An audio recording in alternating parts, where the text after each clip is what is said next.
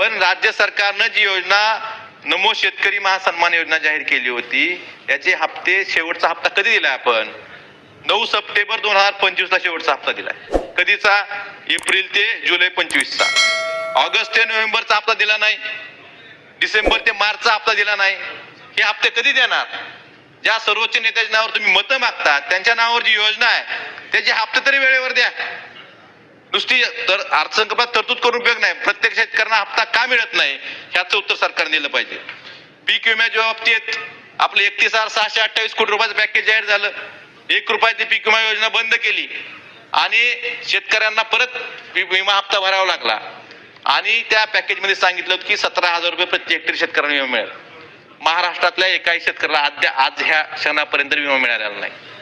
कधी मिळणार विमा? एवढं मोठं नुकसान झालं, विम्याची रक्कम कधी मिळणार हे सरकारनं सांगणं गरजेचं आहे. अध्यक्ष महोदय, धाराशिवच्या बाबतीत सांगायचं झालं तर धाराशिवमध्ये जवळपास 500 पेक्षा जास्त हे ट्रिगर काढले सरकारने या वर्षी. योजनेत बदल केला. जे मिड टर्म मध्ये ज्या लॉसेस होत होते याचे ट्रिगर काढून फक्त पीक कापणी प्रयोगावरच पीक विमा योजना जाहीर केलं. तर पीक कापणी प्रयोगातले 500 प्रयोग झाले होते, त्यातल्या 217 प्रयोगावर कंपनीचं ऑब्जेक्शन घेतलं. हे त्या जिल्हा स्तरावर समितीनं त्यावर सुनावणी घेतली, ते ऑब्जेक्शन आक्षेप फेटाळून लावले. परत कंपनी राज्यस्तरीय समितीकडे आली. मग हे किती दिवस अपील चालणार? राज्यस्तरीय समितीकडनं परत केंद्रस्तरीय समितीकडे जाणार. त्यामुळं शेतकऱ्यांना पीक विम्याची त्यांच्या हक्काची एवढं मोठं नुकसान होऊन सुद्धा अद्यापर्यंत 1 रुपया पीक विमा मिळाला नाही. का मिळाला नाही? ही दिरंगाई आपण कंपन्यांना पाठीशी घालतोय का हेही शेतकरी विचारतोय. अध्यक्ष महोदय, धाराशिव जिल्ह्याच्या बाबतीत सांगायचं झालं तर 2020च्या पीक विम्याच्या बाबतीत सर्वोच्च न्यायालयापर्यंत शेतकऱ्यांनी लढा दिला. आधी उच्च न्यायालयात गेले, तिथून सर्वोच्च न्यायालयात गेले, सर्वोच्च न्यायालयापर्यंत शेतकऱ्यांनी लढा दिला. त्या लढ्यात शेतकऱ्यांचा विजय झाला. पण कंपनी कोर्टात वारंवार जाते. परवाच 2000 डिसेंबर 25 मध्ये उच्च न्यायालयाने एक निर्णय दिला की राज्य सरकारचा दुसरा हप्ता होता 134 कोटी रुपयाचा, तो थेट शेतकऱ्यांना द्यावा.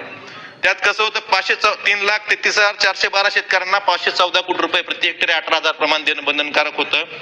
त्याचे 288 कोटी रुपये कंपनीने दिले होते. उर्वरित 225 कोटीसाठी राज्य सरकारचा हप्ता थेट शेतकऱ्यांना द्या म्हणून उच्च न्यायालयाने सांगितलं. त्या आधारे 11 फेब्रुवारी 2026 ला 134 कोटी रुपयाच्या राज्य सरकारनं शासन निर्णय करून ते पैसे जिल्हाधिकाऱ्यांकडे एसएवला देण्यासाठी, जिल्हाधीक्षक कृषी अधीक्षकांना देण्यासाठी वर्ग केले. पण अध्यक्ष महोदय, आमच्या धाराशिवच्या जिल्हाधिकाऱ्यांनी सरकारी वकिलाला एक पत्र लिहिलं. काय लिहिलं?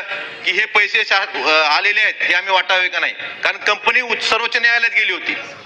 मग सर्वोच्च न्यायालयाचा कुठलाही स्टे नसताना, कसलीही स्थगिती नसताना सरकारी वकील, केंद्र सरकारचे जे आपल्या राज्य सरकारचे जे वकील सर्वोच्च न्यायालयात आहेत त्यांनी सांगितलं की तुम्ही पैसे वाटू नका. का वाटू नका? उच्च न्यायालयानं, सर्वोच्च न्यायालयाने सांगून सुद्धा वकील सांगतायत एक रीट दाखल आहे, रीट मध्ये स्टे आहे का? नाही. मग शेतकऱ्यांचे पैसे ह्या जिल्हाधिकाऱ्यांनी आणि वकिलांनी का थांबवले? कृपया व्हिडिओ बंद करू नका. महत्त्वपूर्ण माहिती शेवटपर्यंत पहा. नमस्कार, मी अजित पालव. PM किसान आला, पण नमो शेतकरी पीक विम्याचे 17,000 रुपयांचे काय झाले? आता ज्याचे उत्तर सरकारने देणे बंधनकारक आहे असं एकंदरीत मला तर वाटते. कारण लाडकी बहीण योजना जेव्हा आली तेव्हापासून जसे की अंगणवाडी कर्मचारी, सेविका, मदतनीस, दुष्काळग्रस्त शेतकरी, त्याचबरोबरीने अशा अनेक योजना ज्या सरकार चालवित आहे, जसं की TB, ज्याला क्षयरोग किंवा राजयक्ष्मा असे म्हणतात, त्यांचे मासिक देव केलेले 1,000 महिना मानधन हे देखील सरकारने गेले अनेक महिने दिलेले नाहीत. आणि अजून अशा कितीतरी योजना असतील ज्यांचे पैसे अजून आलेले नाहीत.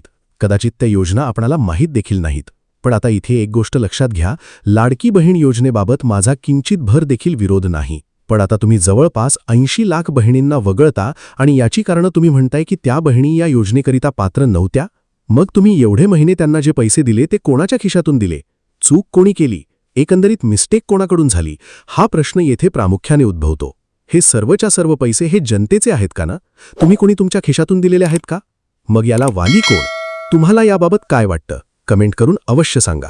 धन्यवाद.